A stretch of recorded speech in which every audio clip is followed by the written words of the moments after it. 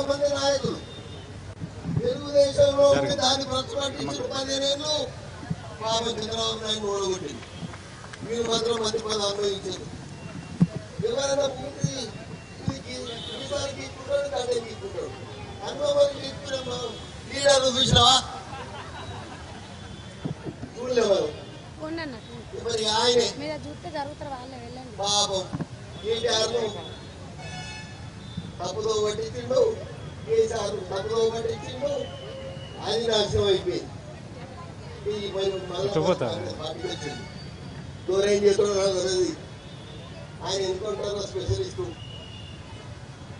మరి ఈరోజు మీకు ఒకటే మాట చెప్తున్నా, కొండ మురి లెక్క మీకు ఇజ్జత్ ఉంటే, కొండ మురి లెక్క మానవత్వం ఉంటే మీరు బయట పాటించిన వచ్చిన రాజీనామా చేసి మనకి గెలవాలి.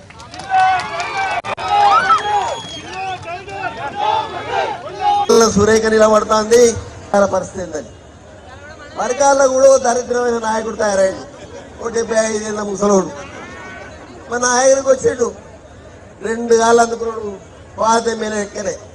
ఈ ఒక్కసారి నన్ను గెలిపి వచ్చేసారి నీకే వదిలిపెడతా అని చెప్పిండు.